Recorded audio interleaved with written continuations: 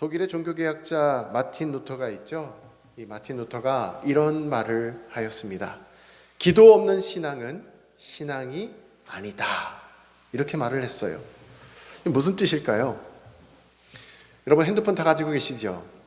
근데 핸드폰의 배터리가 떨어졌어요. 그러면 기능을 할 수가 없습니다. 배터리가 없는 핸드폰은 핸드폰이 아닙니다. 여러분 차 타고 오셨죠? 차에 기름이 없어요.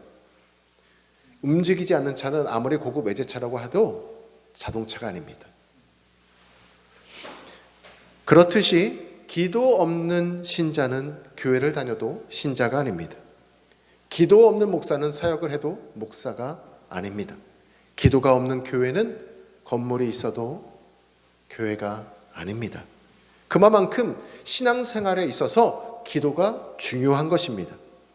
기도의 내용은 무엇입니까? 우리가 이미 살펴본 것처럼 기도의 내용은 주기도문입니다. 하나님 아버지의 이름과 그 뜻과 나라가 이루어지도록 우리가 기도해야 하고, 우리 생활에 필요한 양식과 또 용서와 시험을 이길 수 있는 힘을 구하는 것이 우리 기도의 내용입니다. 그런데 간절함을 가지고 우리가 기도하는데도 하나님의 역사심이 눈에 보이지 않아서 점점 힘을 잃어가고 있는 성도들이 보이게 됩니다. 본문은 그런 경우를 당하여서 기도를 멈추거나 기도 없는 신앙생활을 이어가고 있는 사람들에게 주시는 하나님의 말씀입니다. 오늘 본문의 주제는 본문이 시작한 이 바로 1절에 아주 명확하게 이미 나와 있습니다. 보통 주님께서는 말씀하실 때 이렇게 처음부터 결론을 내리시지 않으시는데, 오늘 이 비유에는 1절부터 주님께서 결론을 내려주고 계세요. 자, 한번 보십시오. 예수께서 그들에게 항상 기도하고 낙심하지 말아야 할 것을 비유로 말씀하여, 이미 이 주제를 처음에 선포하고 계십니다. 자, 오늘 주시는 말씀 뭐예요? 항상 기도하라는 거예요. 어떻게 해요? 낙심하지 말고 항상 기도하라는 것입니다. 이 비유를 주시는 목적은 우리들이 항상 기도하는 사람이 되라는 것인데, 또 하나는 뭐냐면 기도하다가 응답이 없는 것 같아도 낭망하지 말고 낙심하지 말고 계속해서 기도하라는 것입니다. 오늘 본문 속에 두 명의 주인공이 등장하고 있어요. 자, 첫 번째는요, 2절에 보니까 한 재판장입니다. 그러니까 재판장은 의로워야 되지 않습니까? 그런데 예수님께서 비유로 말씀하실 때 한 수식 어구가 붙는데, 그게 뭐냐면 이 재판장은 불의한 재판장이라는 거예요. 법과 공의를 외면한 채 심지어는 하나님조차도 두려워하지 않으며 힘없는 자들에게 포획을 일삼는 불의한 재판장입니다. 그런데 3절에 보니까 또 다른 사람이 등장을 해요. 한 과부가 등장을 합니다. 고아나 과부는 의지할 곳이 없는 사람이에요. 연약한 자입니다. 어떤 도시에 하나님을 두려워 아니하고 사람을 무시하는 이 재판장이 있었습니다. 그 도시에 한 과부가 있었습니다. 그런데 어떤 일인지는 몰라도 큰 어려움을 당하게 되었어요. 그래서 원한이 마음 가운데 생겼습니다. 그래서 이 억울한 일을 풀기 위해서 이 과부가 재판관을 찾아갑니다. 찾아가서 어떻게 했겠어요? 재판관 앞에 납작 엎드렸겠죠. 그러면서 간청을 하는 거예요. 자기의 억울함을 도와달라고 이렇게 보시는 사진처럼 간청을 합니다. 그런데 이 재판관의 태도를 보십시오. 어떻게 합니까? 그 과부의 간청을 듣는 척도 하지 아니하고 회피해 버립니다. 모른 척 해버려요. 자, 그런데요, 이 과부가 어떻게 할까요? 포기를 할까요? 포기하지 않습니다. 또 찾아갑니다. 또 찾아갑니다. 성경에 보니까 번거롭게 한다고 말을 합니다. 얼마나 찾아가서 번거롭게 하면 불의한 재판장이 저렇게 그냥 얼굴을 감싸면서 괴로워할까요? 결국 어떻게 됩니까? 과부의 그 청을 들어주게 되는 것을 보게 됩니다. 왜요? 자신을 또 찾아와서 자기를 괴롭게 할 것을 보게 되니까 그 청을 들어줄 수밖에 없다라고 말을 합니다. 결국은 이 비유를 통해서 과부의 청을 들어주는 이 재판관의 모습을 통해서 우리 주님께서는 우리에게 이렇게 들려주시죠. 6절과 7절에서 우리가 하나님 아버지께 과부와 같이 기도를 드리면, 과부와 같이 하나님 앞에 나와서 간청을 계속해서 드리면 그 기도를 들으시고 응답해 주신다라고 말씀해 주고 있습니다. 본문에 등장하는 과부와 불의한 재판장의 비유는 우리에게 어떠한 교훈을 주는지 한번 살펴보고자 합니다. 자, 첫 번째예요. 자, 우리에게 주시는 교훈입니다. 낙심의 이유가 있다라는 거예요. 기도하는데 낙심의 이유가 있다라는 것입니다. 그게 뭘까요? 더딤이에요. 더딤. 오늘 본문의 주제는 너무나도 분명합니다. 항상 기도하고 낙심하지 말라입니다. 그런데 오늘 본문에 등장하는 예수님의 비유, 이 과부와 재판장의 비유를 가만히 묵상해 보면은 우리가 기도하는 일에 낙심하고 신앙생활에 계속해서 넘어지는 중요한 이유를 알게 해 주십니다. 그게 무엇이냐면 바로 더딤이에요. 그것이 바로 4절 말씀에 기록되어 있습니다. 보십시오. 그가 얼마 동안 듣지 아니하다가 후에 속으로 생각하되 내가 하나님을 두려워하지 않고 사람을 무시하나. 자, 보십시오. 재판장의 태도예요. 재판장이 지금 자기를 찾아와서 간청하는 과부를, 그 과부의 간청을 듣지 않는데요. 자, 여기 앞에 첫 번째 저 빨간색 글씨를 한번 잘 보십시오. 얼마 동안입니다. 얼마 동안은 각자마다 다 다를 수가 있어요. 그것이 한 주가 될 수 있고 2달이 될 수가 있고 1년이 될 수 있고 10년이도 될 수가 있어요. 이 얼마 동안 듣지 아니한다라는 거예요. 누가요? 하나님께서. 우리가 과부처럼 나와서 간청하고 기도를 하는데 하나님께서는 마치 왜 안 들어주실까? 우리의 응답이 더디게 느껴지는 순간이 우리에게도 찾아올 수 있다는 것입니다. 그가 얼마 동안 듣지 아니하다가 이 짧은 한마디가요, 우리에게 주는 교훈이 있다는 것입니다. 기말고사 좋은 성적을 위해서 기도하면 즉시 성적이 오르면 얼마나 좋겠습니까? 병든 자를 위해 기도하면 즉시 온전히 회복되면 얼마나 좋겠습니까? 교회 부흥을 위하여 기도하면 매 주일마다 사람이 몰려와서 이 자리가 가득 차면 얼마나 좋겠습니까? 그런데 당장 우리 삶에 일어나는 일들을 보면 아무런 변화가 없을 때가 있다는 것입니다. 이와 비슷한 예가 성경에도 소개되고 있죠. 믿음의 조상 아브라함입니다. 그가 하나님으로부터 부르심을 받을 때 나이가 몇이었습니까? 75세였어요. 하나님은 아브라함에게 그의 자손으로 말미암아 큰 민족을 이루겠다라고 말씀하셨습니다. 그런데 아들이 없는 거예요. 10년이나 흘렀습니다. 그때 아내가 아닌 그의 여종 하갈과 동침하여서 11년 만에 아들을 얻습니다. 이스마엘. 근데 하나님은 그 아들이 하나님께서 약속하신 아들이 아니라는 거예요. 인정해 주지 않으셨습니다. 더 기다리게 됩니다. 99세까지 되었습니다. 99세가 되어서 아내 사라를 통해서 100세의 아들을 낳습니다. 이삭이죠. 자, 그러면 총 몇 년을 기다리게 되었습니까? 총 25년이 시간이 흘렀습니다. 오늘 본문 4절에 얼마 동안이라는 시간은 아브라함에게 25년이나 걸리게 된 거예요. 뿐만 아닙니다. 요셉을 보십시오. 요셉이 형들에게 자신의 꾼 꿈을 이야기했더니 구덩이에 빠지게 되고 애국으로 팔려가게 되었습니다. 그때가 17세였어요. 17세가 되었을 때에 그 꿈이 성취되기 위해서는 30살이 되었을 때 13년이 지나가지고 애굽의 총리가 됩니다. 애굽의 총리가 돼서 바로 그 꿈이 이루어진 게 아니고 7년 동안 풍년이 있은 후에 2년 동안 흉년이 들어서 가뭄이 들어서 먹고 살 것이 다 없어지니까 이 요셉의 부모님과 형제들이 애굽으로 내려오게 되죠. 그리고는 총리 앞에 엎드려 절을 하게 되는 그 순간이 찾아오게 됩니다. 그 순간이 몇 년이 걸렸냐면 총 다 합치면 22년이 걸리게 돼요. 자기가 17살 때 꿨던 그 꿈이 성취되는 거예요. 볏집들이 다 자기에게 절하는 거. 그게 22년이나 걸려서 성취되게 되는 겁니다. 오늘 본문에 나와 있던 그가 얼마 동안 듣지 아니하다가 그 얼마 동안이 요셉에게는 22년이라는 시간이 걸리게 된 것을 보게 돼요. 우리가 신앙생활 하다 보면은 기도 응답이 더딜 때가 있습니다. 근데 그때 쉽게 낙심하지 말라는 거예요. 왜 그럴까요?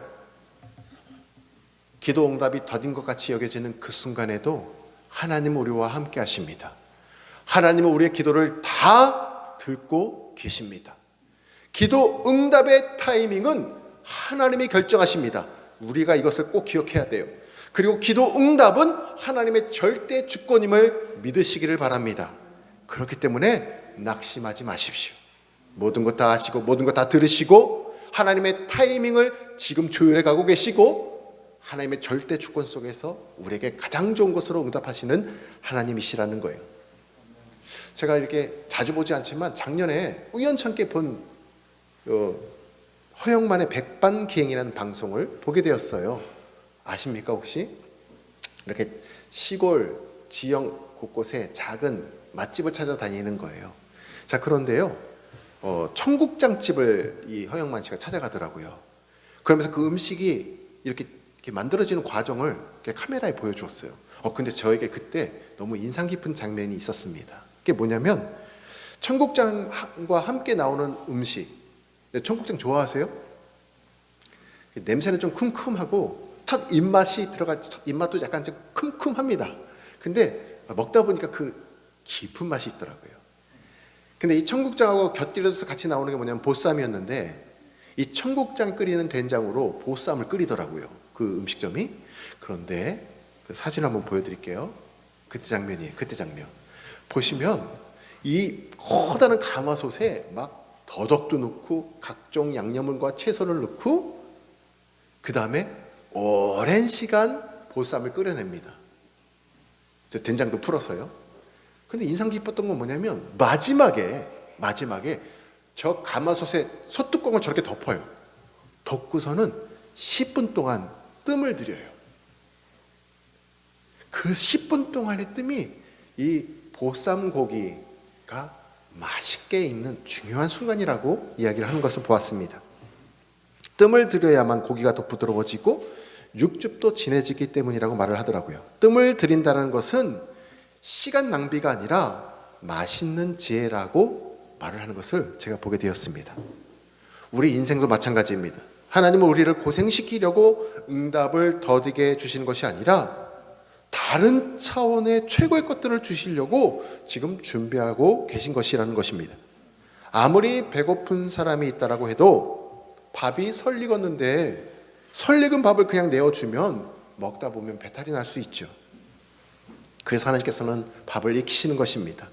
기도 응답의 더딤은 인생이 연걸어가는 은혜의 시간이구나라고 생각하시기를 소망합니다. 자, 오늘 본문 속에서 또한 기도할 수 있는 이유를 찾을 수가 있는데 두 번째 이유입니다. 자, 한번 보십시오. 과부와 불의한 재판장의 비유가 주는 교훈, 두 번째 기도의 이유는요, 연약함입니다. 우리가 기도할 수 있는 이유가 있어요. 바로 연약함이에요. 왜 그럴까요? 본문에 나오는 과부가 처한 상황을 한번 잘 보십시오. 재판장을 찾아간 이유는 자기에게 힘이 없기 때문이에요. 자기가 부족해서예요. 자기가 연약해서입니다. 연약한 사람은 자기 힘으로 문제를 해결할 수 있는 힘이 없다라는 거예요. 누군가의 도움이 필요합니다.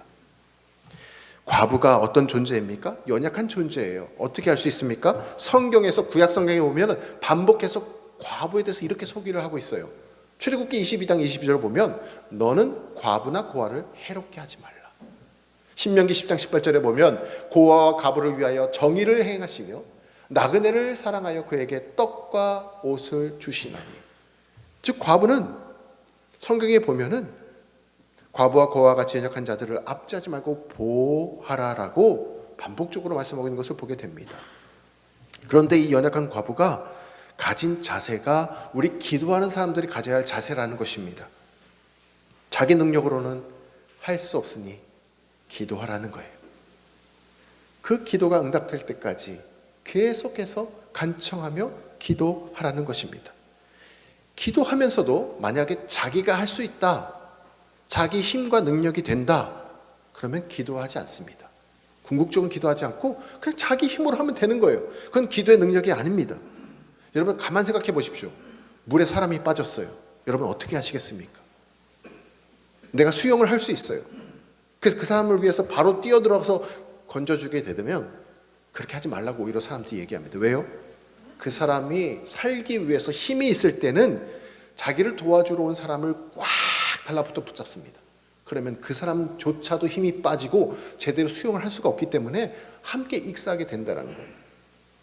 언제 그를 건져야 합니까? 그가 힘이 다 빠져서 물에 둥둥 뜨기 시작할 때 뛰어들라라는 것입니다. 그러면 어떤 위험한 요소도 없이 그를 건져낼 수 있다는 것이죠. 기도도 마찬가지입니다. 내가 힘이 있고 내 힘으로 할 수 있다고 생각하면 하나님은 그 사람이 좀 더 힘이 빠질 때까지 기다리신다라는 거예요. 그때 응답이 임합니다. 기도를 우리가 항상 하기 위해서는 꼭 기억해 둘 것이 있는데 가부와 같이 주님, 저는 부족합니다. 주님, 저는 연약합니다. 이러한 자세로 기도를 하라는 것입니다. 성경에 나오는 사람들을 보면 대부분 자신의 능력으로 해결할 수 없는 문제들을 만나게 되죠. 그 문제 때문에 하나님 앞에서 나와서 기도하다가 하나님의 은혜를 입는 것을 보게 됩니다. 약한 것이 오히려 우리에게 복이 되는 것을 보게 됩니다. 반대로 강한 자들은 그 강함 때문에 오히려 망하게 되는 것을 보게 됩니다. 자신의 능력을 의지하기 때문에 그들은 교만으로 망하는 일들을 보게 되죠. 우리는 주님 없으면 아무것도 아닌 줄 믿으시기 바랍니다. 약함이 오히려 강함이 되게 하신다라고 말씀하십니다. 그 주님 때문에 주님의 강함으로 우리가 승리하게 되는 것입니다. 성경에 보면은 마지막 사사가 있죠. 사사. 그리고 영웅과 같은 삼손이 있습니다. 삼손을 한번 보십시오. 그에게 하나님이 함께 하시니까 그를 당할 사람이 없었습니다.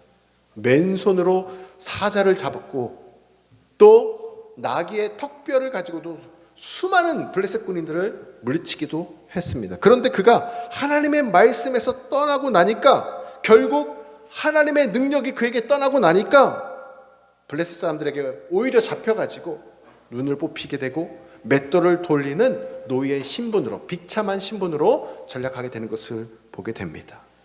삼손이 가진 능력은 그의 능력이 아니었던 거예요. 하나님께서 그를 떠나니 그의 능력도 소멸되게 되는 것을 보게 됩니다. 자신의 연약함을 인정하십시오. 낙심할 수밖에 없는 상황 속에서도 기도의 끈을 놓지 않을 이유가 여기에 있습니다. 주님, 저는 부족합니다. 주님, 저는 연약합니다. 그러면 하나님께서 일하시는 손길을 경험하게 될 줄을 믿습니다. 세 번째, 이 비유를 통해서 우리에게 주시는 교훈이 무엇이냐면 바로 응답의 이유가 있다는 거예요. 응답의 이유.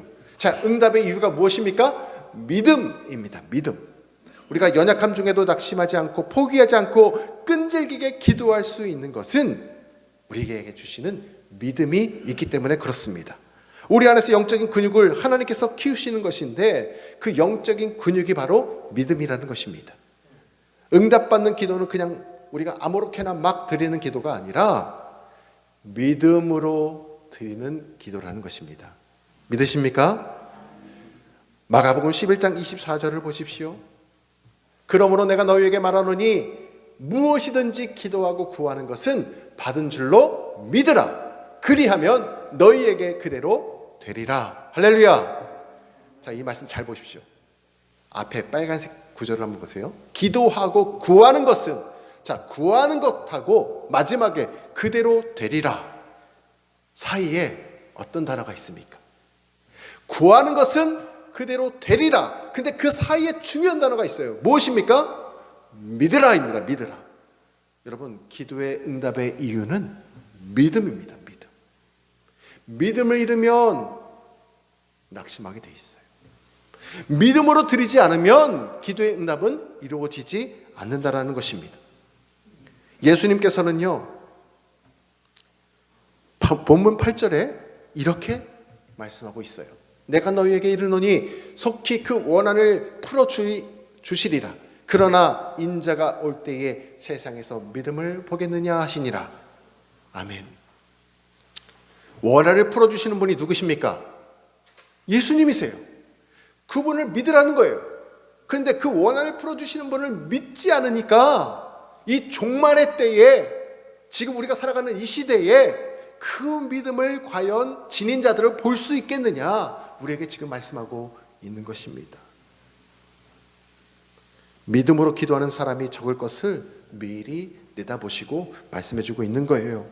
그러므로 기도를 통해 더 좋은 것을 주시기를 기뻐하시는 하나님을 확신하시고 믿으시기를 바랍니다. 기도가 속히 응답되지 않을 수가 있어요. 그러나 믿음을 가지고 과부가 드린 것처럼 부족함과 연약함을 인정하면서 계속해서 간청하시기를 바랍니다. 그 과부가 끈질기 기도 드린 것, 그 끈질김은요, 믿음에서 나오는 거예요. 불의한 재판장도 그 끈질긴 간청을 들어줄 수밖에 없었습니다. 하물며 비교할 수 없이 자비로우시고 사랑이 많으신 하나님께서 당신의 자녀들의 간구에 반드시 응답해 주신 것을 믿으시기 바랍니다. 하나님은 불의한 재판장이 아니십니다. 하나님은 의로우신 재판장이십니다. 택하신 자들의 원한을 속히 풀어주시는 분이십니다. 하지만 한 맺힌 과부의 기도를 드리는 성도들을 요즘 찾아보기 힘들다라는 거예요. 왜요? 쉽게 포기합니다. 쉽게 낙담합니다. 항상 기도하지 않는다는 것입니다. 그래서 오늘 우리에게 이와 같이 말씀을 주십니다. 과부의 간절한 기도가 우리 가운데 다시 되살아나야 하는 줄 믿으시기 바랍니다. 지금 어떤 때입니까? 지금 종말의 때입니다. 인간의 탐심이 만들어낸 이 코로나가, 이 전염병이 온 세계를 뒤덮고 있습니다. 이 전염병의 종식을 위해서 과부와 같이 간절한 마음으로 하나님 앞에 간청 기도를 드리기를 원합니다. 이웃사랑이 절실히 필요한 때입니다. 교회마다 사랑 회복을 위해서, 그리고 예배 회복을 위해서 기도해야 하는 것입니다. 마스크 없이 사는 것이 얼마나 소중합니까? 일상의 회복을 위해서 과부와 같이 간청 기도를 드리는 저와 여러분 되기를 간절히 소망합니다. 그러면 그분의 때에, 그분의 타이밍에 모든 좋은 것 되시는 우리 성령을 저와 여러분 가운데 부어주실 줄 믿습니다. 아멘. 오늘 주실 말씀을 생각하면서 함께 기도하기를 원합니다. 기도가 절실히 필요한 때입니다. 어떤 기도 제목을 가지고 주님의 전에 나오셨습니까? 불의한 재판장 앞에 끊임없이 찾아가 원한을 해결한 과부처럼 의로운 재판장 되시는 하나님께 놀라운 응답을 구하는 기도를 드리시기 바랍니다. 과부와 같이 연약함을 인정하고 믿음을 가지고 우리 주님의 이름 한번 부르면서 함께 기도하겠습니다. 주여, 아버지 하나님, 이 시간 주의 전에 나와 아버지 하나님 앞에 과부와 같은 심정으로 기도합니다. 아버지, 간절한 마음을 가지고 간청하며 주님 앞에 나아갑니다. 주님, 세상이 너무나 악하고 이 완연한 죄악 가운데 살아가는 우리 가운데에 아버지, 기도의 능력이 필요합니다. 하나님, 과부와 같은 기도가 다시 되살아나길 원합니다. 하나님, 우리가 하나님 앞에 나와 간청할 때에 아버지 하나님, 기도의 응답이 더딘다고 하여서 우리가 낙담하고 낭망하여서 하나님, 기도를 멈추거나 하나님 멀리하지 않게 하여 주옵소서. 원망과 불평 가운데 사로잡혀 살아가는 인생이 아니라 그 가운데서도 하나님을 바라보고 하나님 믿음을 가지고 기도하여서 하나님께서 하나님의 때에 응답하여 주시는 것을 누리며 살아가는 기도의 사람 될 수 있도록 축복하여 주옵소서.